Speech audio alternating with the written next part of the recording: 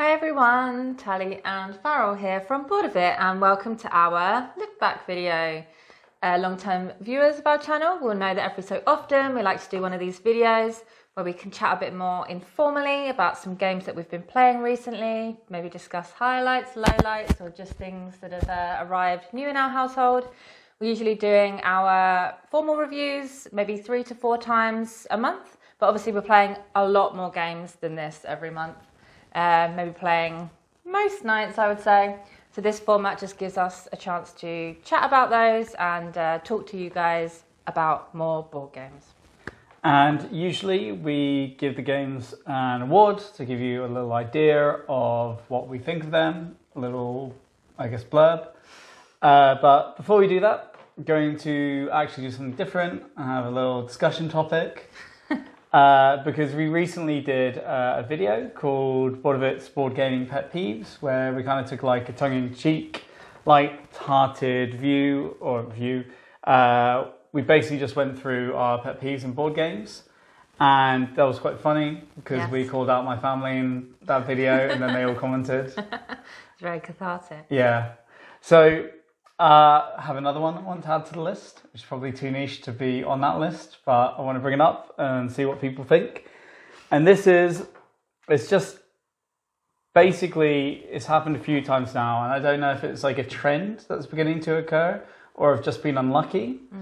And it reminds me of like that Phineas and Ferb meme, where it's basically the guy's like, if I had a nickel for every time that happened to me, I'd have 10 cents, which isn't a lot, but it's weird that it's happened twice. And that's how I feel with this. And what it is, you know, you have a game you like, you see an expansion, you want to get the expansion. It's an expansion, you like the game. It promises all this kind of gameplay stuff. It's like really exciting. Ooh, it's going to change the way you play. Maybe there's some modules, maybe there's some new content. And you're like, okay, sounds good. So you get it. And then it arrives and you open it up and say you've paid like a fair amount of money for this, like in some cases more than the price of a full board game. Yeah. And you get it and there's like 3 punch boards which aren't even completely filled with like stuff, a lot of white space, and a deck of cards, and that's it. And yeah, it's just happened twice now and it's just really annoyed me. So that's the low light for the look back. Yeah, exactly. That's the low light. Yeah. But it's just, there's a few things that annoy me, because in both these cases, the game has also come in a box that is the same width as the original game, although thinner, to be fair. But because it's just like a few tiles and some cards, like 4/5 of that space is not used. So what I don't really understand is that in both these cases, I think for what you get, the price has been particularly high. And I don't understand because like it must increase the manufacturing cost, the shipping cost, to have all of this extra cardboard for the box, right? It's like I'm sure people would rather have an expansion come in a smaller box that you can't put alongside, you know, the original game, and it'd be cheaper. Yeah. Right? Because I mean, like, I think there's a lot of people as well who just ditch it and put it all in the base game if they can, because space issues, right? Especially if you're going to have 100 board games like some people. Exactly. But yeah, no, that's just been really annoying me recently, and I hope it's not a trend. And also kind of the promises as well, where it's like, oh, you're going to have all these new ways to play the game, and then it's just like, oh, put this tile on the board, and there you go. You haven't even played the ones you're referring to yet. Yeah, so? Why don't you judge when we play? Well, I tell you what, I wasn't going to name either of them. But I'm going to shame one of them, which is Maracaibo Uprising, because I discovered today, not only has that annoyed me, it's like misprinted. Oh, well that is like, it's a problem with the whole run, but it's like misprinted. So a lot of what you get as well is like stuff you already had in the original, because you get double layered player boards, so you have like divots to put things in. But it's like a misprinting, so the bottom of the board doesn't match the top layer of the board. Oh, that's really upsetting. And it looks like it's like, it just looks irritating. It irritates me the way it looks. I'm irritated and I haven't even seen it. And then the tiles that you pop into this player board are also kind of like misprinted in that the artwork doesn't match where they go, so everything's like disjointed on multiple levels. That is really upsetting. Yeah, and so I think I'm annoyed about the price. Like, I'm annoyed about the kind of, maybe not the lack of content, but the price compared with how much it is, like how much empty space there is in the box. And then now it's misprinted. And I don't think they really said anything. Like, there's a lot of people complaining in the forums, but they haven't like offered to do a reprint, and they saw it and they knew it was wrong and they sent it out, rather than like, I don't know, sorting it out, right? Yeah. So yeah. Let's move on to happier things. Yes. So that was pet peeve number 12. Bonus pet peeve. Bonus pet peeve.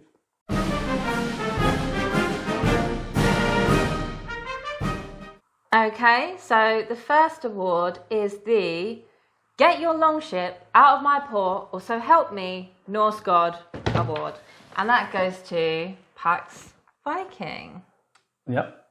And I mean, the title's kind of self-explanatory because people will put their longships in your port and They then absolutely will. take over your port, and it's very annoying. Yes. So, do you want to give a little explanation? Sure. So you're basically a Viking, and A Jarl. it's essentially a little bit of a territory control game, mostly. It's pretty simple. You just get to do 4 actions on your turn, which is basically like move your longship around, kind of take control of areas. Buy a card, play a card. Buy cards, different cards. You can have god cards, advocate cards that might give you special powers. It's actually pretty simple, but the way that you win is by satisfying a win condition. So the smart way to play is to try and sort of line yourself up to satisfy 2 win conditions, because in the advanced version you don't win immediately when you get a win condition. So it can be a little bit crabs in a bucket at the end. You can try to take people down if they could be something like they have to own or control 6 of a certain type of territory. So if you can see that someone's there, everyone can descend and try to knock them off their throne. But it's pretty cool because it actually goes up to 6 players. It's 1 to 6. And it's one that we played when we first got it, maybe a year ago, once or twice, and we really liked it. I think we only played once with 3 people, the rest with 2 when we first got it, right? No, we played twice with 2 players, and we're like, this would be much better with more. And then I think we played it once on Tabletop Simulator with some friends. And then we played it, with 3 players, and then like 4 players, 5 players. But we left it quite a long time for like no real reason other than just other things to play. But we recently taught it to some friends and everyone had a good time, so we got it out again. So we've actually played it twice quite recently. And 3 the times. second game, 3 times. Because we did it back-to-back. We did it back-to-back, 2 occasions. Yeah. But the last time was a 5-player, wasn't it? Yeah. Was it 6? No, it's good though. 6, It's like it's hard to describe because we just really like it. It's like, wanted to say a sleeper hit for us, but like we knew we liked it. Yeah. We just wanted to get it out more. And then now we've finally got it to the table. Luckily, the people we play with the most at this current point in time, they both really enjoyed it. Yeah. So then we managed to get it back to the table, and it's good. Yeah, it's really good. I think there's a lot of different strategies, even though the actions that you can do are quite simple. Yeah. Like I said, to try and position yourself to have like 2 different win conditions, the way you use your like god powers, the advocate powers. Exactly. To try and, I guess, make yourself excel in different areas. So maybe one of your powers lets you move a bit further. Someone else can take control of territories a bit more easily. Yeah. And there's lots of different, I think, unexplored layers. Yeah. I think what is great about it is very simple actions, 5, and a lot of the kind of depth comes from, you have a lot of different types of cards, which all do different things. You put these like win conditions in and they change every game because you shuffle them. Yeah. So then that changes how you play, which ones you go for. You have pre-printed places on the board, and these all, which you can kind of use in different ways. Maybe you'll get more longships, so then it's easier for you to take control. Yeah. Or maybe you'll go for trade centers and be given a lot of money, which then maybe you can buy the cards you want. But yeah, I think we'd like to do a review of it. We said that before though, so we'll see. That's true. It's just really interesting. I just really like it. I think it's a nice, simple game to teach people. Yeah. And everyone's kind of gone with it. The one thing that's also interesting for if you want to teach it to new people is that you can divide the win conditions. So you have kind of 2 easy ones and 2 advanced or normal or whatever. And I will say though, I think the novice win conditions, every single time a new player has won, which is good in one way because then it entices them into the game because they have a good time and they obviously know what they're doing. But then it's like all the skilled players just like, ah. Do you know what though? I feel like when that's happened, we could have all done a better job at taking that person down, but maybe you just feel a little bit like we shouldn't do that because we want them to enjoy it, but we probably could have made more of an effort to take them down. Because that's the thing, it is crabs in a bucket to just pull it back. Because some of them are like, control territories or get your discs out and you can make people lose a disc by taking it away from them, basically. Exactly. So, it's a bit of push and pull. But also something that's kind of interesting that I think is worth talking about is that the designer has actually designed like a prequel game for it called Vendel to Vikings, which is set like in the 250 years before Pax Vikings. And it's supposed to be that you can they play differently, but you can play Vendel and then how you end, you can play like a double bill, and then it leads into Vikings. And it alters how you play. Oh, that is interesting. And there's like a bunch of content for Vikings and Vendel that you can use. Like I think saga cards and new Jarls. And that's another thing that we like is that you pick a Jarl and they kind of all have an asymmetric like action ability type thing, which is quite nice. Yeah. But the thing that's kind of interesting is that it's not on Kickstarter or anything. It's like only pre-order through their website.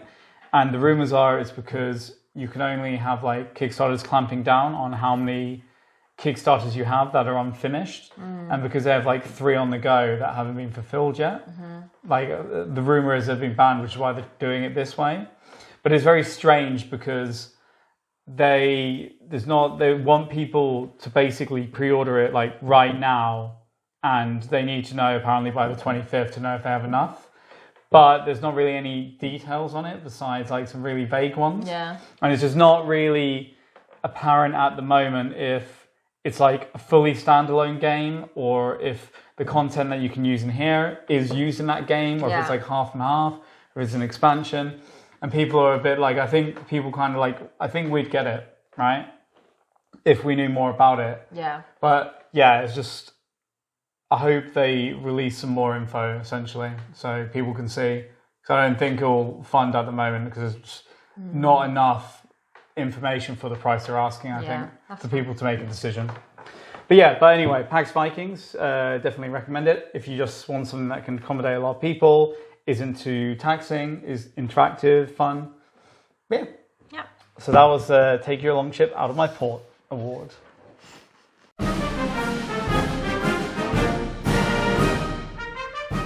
So we now have a returning award, which is the Relationship Ender Award, which is very prestigious. It's a recurring award. Yeah, I think the last recipient might have been Root. So we have Radlands, which wins that award. And this is a 2-player head-to-head card game, kind of set in post-apocalyptic style wasteland, I guess. And you essentially have 3 camps. Each player has 3 camps. And the aim of the game is to destroy your opponent's camps. And you do that by playing cards. And you take like actions on the cards, which might be do damage. And there's this whole system of that, of being protected and unprotected. So if you have no cards in front of a card, it's unprotected. But if or the reverse, if there's no cards in front of it. So if you don't have any people played in front of your camp, it's easy to attack. So you want to play people. But then if you have good people, you want to play like kind of worse people in front of them. And there's a lot of, damaging and tactics and counterplay and working with the cards you're given. Feel a bit angry just having this out on the table. I'm just like, I want to destroy your camps. It's not even laid out. Yeah, so this is, it's a mean game, which is why it's a relationship ender. It's a kind of game where you like to play cards and probably less than 50% of them you ever get to take the actions on. Yeah. Which is super frustrating. Yeah, really frustrating. Because you have really limited resources every round. Yeah. And some cards cost more than others. So you could have played a card that cost the maximum amount, just to have someone destroy it in the next turn before you even got to play it. Because exactly. the cards come in, you can't use their action most of the time. When you play them, they're not ready until the next turn. And then someone just destroys it immediately. It's absolutely infuriating. Yeah, it's the kind of game where your opponent will go, okay, so now I damage like your camp, and you're like, but it's protected. And then they go, oh, this card lets me do that. And you're like, I don't believe you. So you take it from them, you look at it, and you're like, I'll allow it. And I'm like, what do you mean you allow it? That's what the card does. And there's just a lot of there's a lot of bad blood in this game. Yeah, I think the thing is that makes it extra frustrating as well is there's nothing you can do. It doesn't have a react mechanism. Yeah, that's and your cards don't, because the more expensive ones, it's not like they're stronger cards that take more to be damaged or whatever. It's either be injured or destroyed, regardless of the cost of them. Mm-hmm. So that's quite frustrating, that the more expensive ones aren't stronger or anything like that. And that's why it's very annoying to put an expensive card in, which might have a great power, but if you never get to use it... It's like a game, it's a good game, but it's like a game of frustration. You're going to be frustrated all the time. You're not going to be getting to do what you want. Everything's tight and a scrap. But it's good though. It is good. It's a good two-player game. Yeah, and it plays like fairly quickly, doesn't it? We usually play it back to back. Yeah, exactly. You can have a couple of games, so that maybe eases some of the tension because you can just say, all right, go again, and play another game. Yeah, exactly. Yeah. But so that was Radlands. Really fun, but very mean and brutal two-player game. I don't think it's quite replaced Cape of Europe as our go-to, but it's good. Yeah. We need to play it a bit more. But we've already played like 8 times, or I've played 8 times because I've played with friends, but Radlands.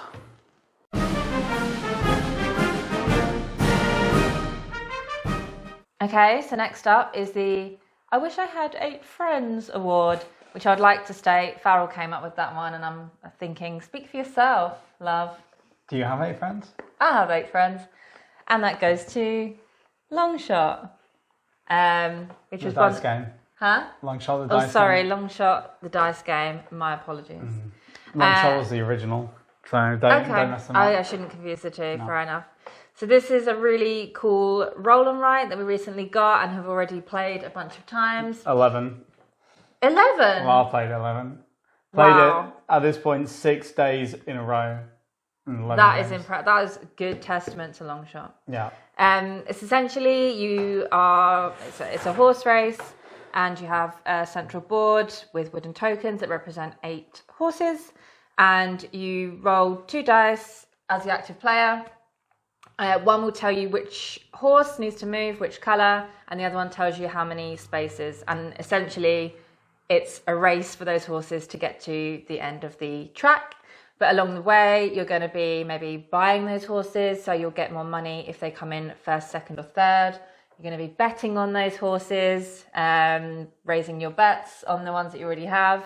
There's also a kind of mini game in there to get you some different bonuses. So every round you have to do something with the numbered horse that's on the dice. So if I roll number 8, I have to do something with number 8. So that would be buy it, bet on it, or there's a mini bingo game, and I can cross off number 8. And when I get a row or a column, I can choose from a set of bonuses, which could be to get more money, to put more bets on.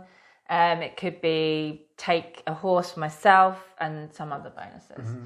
But it's very fun. We've had a couple of games in the pub last night. Attracted a little bit of attention. Very fun. Just a fun sort of family-friendly roll and write, I think. Yeah. Great party game as well. Yeah, definitely. I would honestly say if you like roll and writes, if you like party games, if you like having fun with people, just buy Longshot the dice game, honestly. Yeah. it is really just kind of wanted to do a review of it, or would like to do a review of it because we've enjoyed it so much. But because when Sheldon sit down, do a review saying Longship the dice game is incredible, go buy it. There's like no point anyone else adding their voice to that. So this is short form, go get it. Honestly, you can buy it from the website, I think, the publisher's website, and get it shipped to you, I think anywhere in the world or near enough. And it's just really great fun. It's easy to teach. You can teach it in like 5 minutes. Very quickly, players understand what's going on. There's only 5 actions to take on your turn, and you're really only going to be taking 3 or 4 of them a lot of times. And just everyone we've played it with has been like, it's good. Really enjoyed it. Yeah, find it maybe kind of novel, the fact that it's a roll and write, but you have this sort of centralized board where things are happening and you gather around it. It's fun to like move the horses along. Fun. It's gambling. I mean, there's a reason that gambling makes a lot of money. It's because people want to do it. It's addictive. What is kind of funny though, if I said it was a family weight game, like we said, but I mean, we were still cursing each other, weren't we, in the pub last night? But that's just our group. I think we're all quite savage and calling each other names if someone bought the horse that you wanted before you got to. Yeah, super. But it's good though, and I think what's nice is because you are dice chucking and there's an element of luck. I mean, there's a lot you can do to kind of get your way, but at the end it is a bit of luck, and also if you're 4 people all doing 4 different things, you can't control a lot of that. So it's a nice kind of level experience for all players.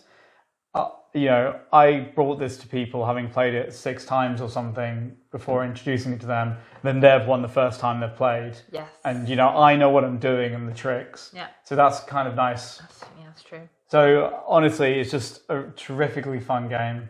It's one that going to show a lot of people. Definitely. One that if you have a big gathering of friends, going to get out. And it plays really quickly as well. Within 30 minutes, you can have taught it and played a game and then be again. There's not a lot to criticize. I think the only thing I say don't like, but it doesn't really matter, is that the horses all that you can buy. There's always 1 to 8, but you have different ones to 8. So they have different names, which is funny because the names are funny. Yeah. But they all have different powers. I do think that some of the powers aren't as interesting or as good or as useful as others because I think this came with like mini expansions as well. So we have about 5 different sets of horses, and just some of them are just not winners basically. Like you get it and you're like, I'm not going to be doing that. I have often bought a horse and forgotten that it has a power even because it's, like you say, not that interesting or it's just forgettable, but minor. But honestly, get this game. It's brilliant. There's not a lot not to like about it. You're going to have a lot of fun playing it. And it goes from 1 to 8 as the award. But I'm very much surprised by how good it plays at 2. Yeah. Let alone, with 4, 5, whatever. Yeah. So yeah. All-round winner. Longship, the dice game.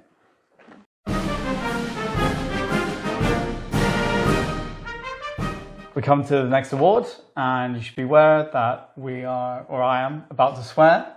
So profanity warning. Warning. Just this skip one. ahead. Just this one. So the award is I'm back, bitch. Right, okay. For Ultimate Railroads. And that is because this is a very popular game that was out of print and now it's back. Okay, yeah. So it's been out of print for several years and it's back in a big box glorious return so it used to be it is Russian Railroads, but Ultimate Railroads is that plus all of its expansions and content. So this is something we just did a review of and we have been absolutely taken with, despite it being almost a decade old. It's just a very mean, brutal worker placement game where you're essentially building track and getting trains to travel on that track and then trying to build better tracks because that scores more points. But then there's a lot of, if I move this here, it triggers this, and then I use that to do that action. The kind of Euro combo game. Yeah, exactly. I think that's why I like it so much. It's very satisfying. There's a lot of combos to be had, and just trying to figure out the puzzle of what you can do and like try to optimize. All of the combinations of bonuses that you can get is very satisfying. The worker placement element is also fun if you like that kind of thing. It's brutal. Like we said in our review, that it is brutal because there are certain spaces that you will want to go to at the beginning of your turn. So it's a race for those spaces. But at the end of the day, all of the other spaces are still very, very interesting. And it's not like there's dud spaces or anything. It's just there are some that you really want to get in the beginning. So it's always fun, brutal. It's not as brutal as Radlands, I'll say that. It's what? Not as brutal as Radlands. Yeah, that may be true. Or Barrage is meaner. Yeah, I suppose so. Because here you can do something useful, whereas in Barrage, if somebody takes like generate power and there's none left, you're like... You are a bit screwed then, aren't you? That's true. Yeah, definitely.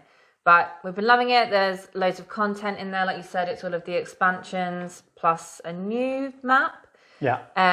Comes with a really nice organizer as well, since there is so much stuff, and I appreciate that.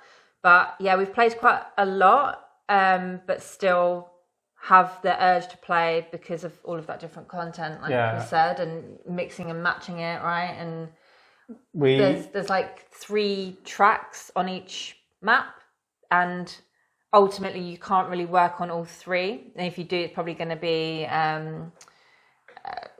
not so good for you because you need to focus on maybe 2. I can't think of the word. Detrimental. There we go.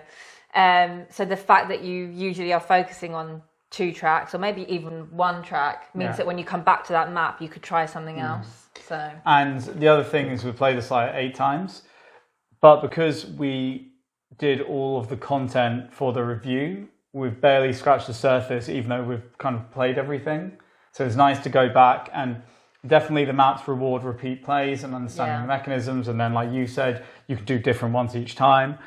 But honestly, it's just one of the best worker placement games I think we've played. And I was looking forward to playing it, and even I was surprised by how much I liked it. Yeah. I think sorry, go on. No, I was just going to say, what comes to my mind with this and why I like it is just choice. Everything in this game is an interesting choice, and for me, and I think for us, that's an important part of what makes a good game, is where all the choices are interesting. Because when you have a hand of cards and you're like, I'll play this one, there's no choice or thrills there, right? There's no decision to be made, which makes it on rails, whereas this is... Yeah, on rails. Nice. And what I was going to say, it was interesting, the game we played, where the rest of us had kind of tried to maximise our railway building. I won this game. So annoying. And it just seemed like me or our friend was going to win because we'd got all of our different levels of track out, moved them quite far. You had the golds. We had the gold track out, which is the best one, and it gets the more spaces you move along, you kind of get a multiplier for that. So we seemed like one of us was going to be a surefire winner. Farrell over here only got the 2nd level track out, which is the green track, which is the Bobby Basic track. And I think I only moved all my green track to a total of about 3 spaces. Yeah, but you'd managed to combo some other different bonuses and tokens that you can get. So that was... It's a game where you can feel like you're behind because you basically score at the end of every round. And there's 5, 6, 7 rounds. Depends on how many players you have. And it's a game where you can leap up your score quite a lot. And in that game, we were leaping up a lot because of the gold tracks. You were kind of going a little bit slower than the rest of us. No, I was always ahead. I thought you were slower than the rest of us. And then you had one in the last 2 rounds, you just lapped everyone. I think I was basically scrabbling as much points as I could from everywhere. And I was always ahead, but I think... by quite a bit, but I think the margins got smaller. Yeah. Like you were getting more. One game where somebody was seeming like they were quite behind, and then in that final turn just managed to combo everything. That was Simonis, I think. Maybe. You're right. Because he went for just building the railway, and it didn't pay off till the end. But then he came 3rd, but not far behind you. He was pretty behind in the beginning. That's right. Yeah. One little thing is, I mean, it's not super difficult maths, but there is a little bit of maths involved in this and calculating your score every time because you have to multiply the tracks. So if that's, it's not really complicated, but some people don't like that. Yeah. So. But yeah, so Ultimate Railroads, I think, again, a recommendation from us. You can watch our review if you want to know more. But something we've really enjoyed and look forward to playing more and more and more. Yeah. Yep. Ultimate Railroads.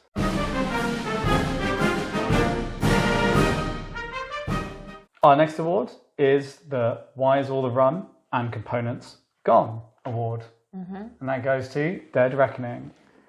Another game we just did a review for about a week ago. So if you want to know all the details, check that out. But essentially, this is another game we've really loved playing.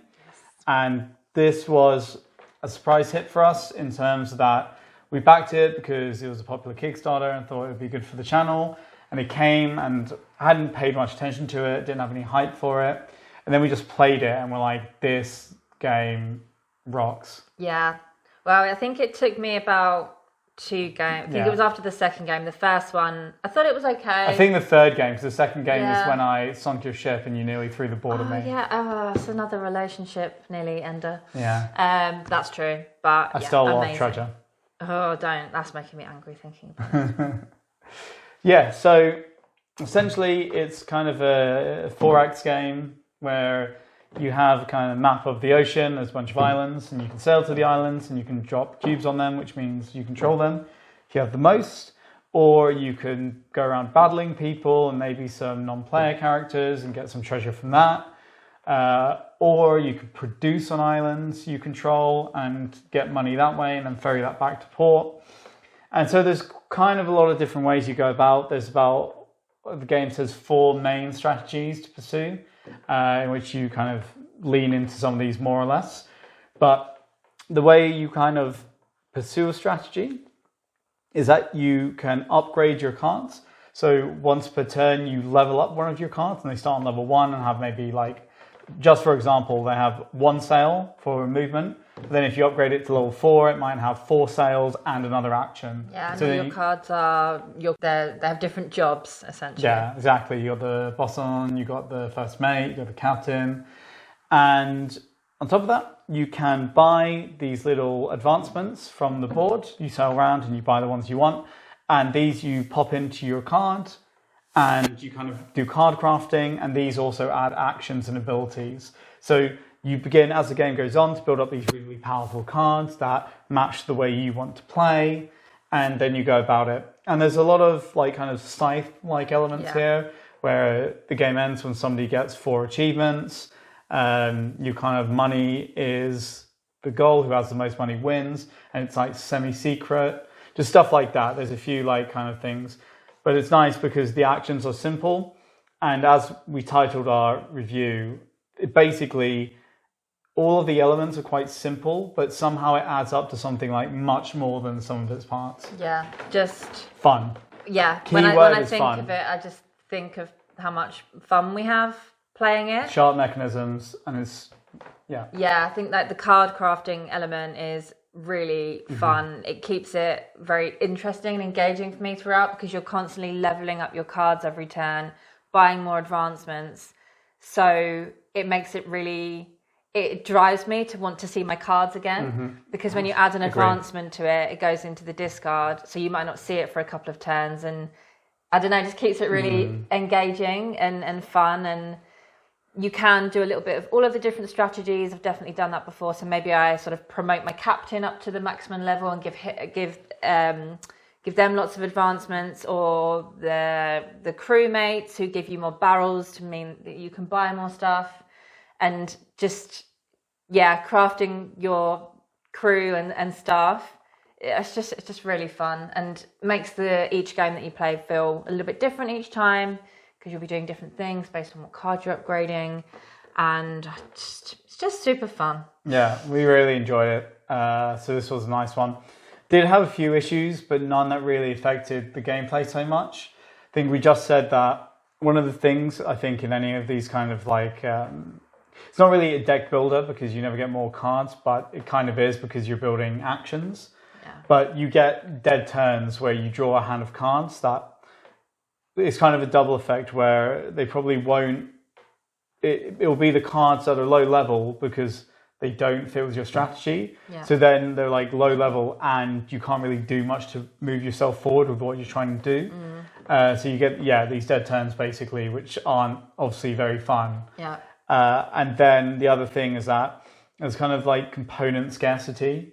There isn't really enough to use them as they recommend you use them, or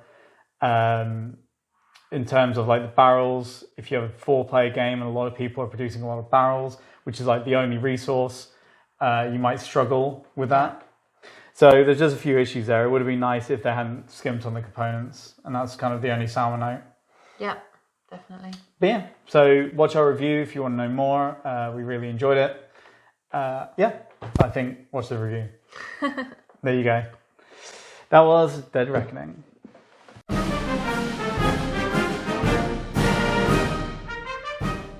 Okay, so next up we have the What's New is Old Again award, and that goes to Messina 1347. I had to check the year there, didn't you? No, I just checked it before I brought it up. Nice, smart. Yeah. Maybe I did check it again.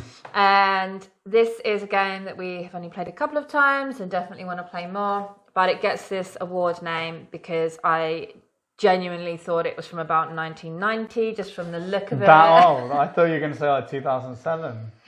I don't understand time anymore. Okay, 1990 is harsh. Yeah, I just think that's like Catan. But I think that's like 20 years ago, and it's not. That's the problem. But yeah, I just thought it was kind of an old game in look, in feel maybe as well, but not so strongly on that. Yeah, I was just really shocked that it was actually a new game. You were like, what made you buy this? Like, not in a bad way. It was just like, what made you buy this? Because you thought it was old. And I was like, what do you mean? It's like, I've heard it's good. And they're like, and apparently we elucidated that Tally thought it was from, 20 years ago. And I was like, no, it's from basically the end of last year. And she's like, no, it's not. Yeah, I thought you were joking. Yeah, I really thought you were joking. Just it looks like a generic beige Euro from whenever, right? Yeah, I think it's like the theme a little bit as well. There's so many cooler themes out there now that's a bit more novel. What, you maybe. mean people dying of the plague? It's a novel. It's about the plague in Sicily, right? Yeah. In ye olde days. And that was when the plague was? Yeah, and you have to make sure the nuns are okay, like put them into quarantine. Yeah. Destroy the rats, and then do some generic Euro things like build buildings, essentially. Hold on, I have to look at the people, because it's like the only people worth saving are carpenters, nuns. You've got to get the carpenters to build the quarantine buildings. A farmer. So if you didn't do one of those 3 things, you get to die. Yeah, because I think you play as nobles, you're nobles, and you're rescuing people up to your big manor house on the hill, and you're trying to use your like wealth and resources to save Messina, basically. And so you only rescue those 3 useful types of people, no layabouts, and then you rescue them up to your house. And then you make them work for you, and you're like, if you don't work for me, I'm going to feed you. And then when you've burned enough rats, you send them back down to the city, I guess. Yeah, something like that. It's essentially worker placement, right? So you sort of move around the board, take different actions. Though. Yeah, the way that the people move has a little bit more to it. They're called lieutenants, I think, your little workers. And you basically have a grid of hexes you make, and so it's randomized and what actions are where. There's like I had 5 or 6 or something, basic ones. And it's all, randomized but in the same shape. And when you take an action, so you start and you put them wherever you want, but then the next round, you have to kind of go to the next one over, or like a surrounding one. And you have to pay if you want to go further away, which usually you don't, because I think money is quite scarce. And tight in that game because it's not really a main resource. So it's kind of interesting because when you place someone, you want to think about what you want to do later. and then only one person can take one space. So it's like if someone goes where you want to go, it's like, oh no. But yeah, I mean, it was good. I want to play it more. I think what I did like is that there's a lot of different little routes you can go down, and it's really a game where you want to maximize a route to win. You don't want to do a little bit of everything because it doesn't pay off. Yeah. So there's a lot to see every time you come back, because even if you like mainly go for the nuns or the workers, they have different actions. There's a lot of like different houses you can build. Like I've never done quarantine houses and got bonuses from that, and you have, right? Yeah. So I think it's nice in that there's replayability as well, and like the randomization of the tiles keeps it fresh. Yeah. Not to be, judging by aesthetics alone, but I just think for me, it doesn't call to me because of I think the artwork looks a bit old school. Well, but you like Praga, so I don't see the difference between this and Praga. No, really? That's more poppy. It's got brighter colours. It's only poppy because it has a 3D cathedral or whatever. But I think, well, maybe they need a 3D quarantine house then, or some 3D rats or something to jazz it up. 3D rats. It just doesn't call to me. But I mean, if you say let's play Messina, I would happily play it. But so there you have it. Messina, not for Tally. I thought you'd like it though, because you like themes that are based on real places and events. That is true. But the plague is too boring for you. Yeah. But somehow building Prague isn't. Yeah. I'm just trying to get the comparison. They're just like both beige, like Hansa Teutonica. Like the same thing. It's not. No, that's novel. They're more beige. This isn't beige enough. I think that's the problem. Maybe. There's a lot of colours in this. Yeah, maybe that's why it doesn't sit right with me. Got sort of. It's not beige enough. There you go. That's why I didn't get the Beige Traders Award. Yeah, there we go. But yeah, so that was Messina 1347.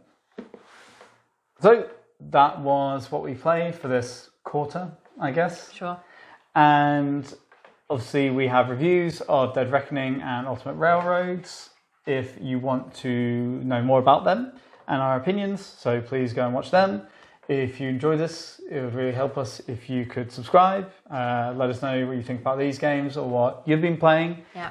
And we are going to do a few buyer's guides. And those are going to be our next videos. So if you've ever wanted to know everything about Root or Scythe, we're going to have you covered. But most importantly, thanks for watching. And we'll see you next time with the dogs. Bye.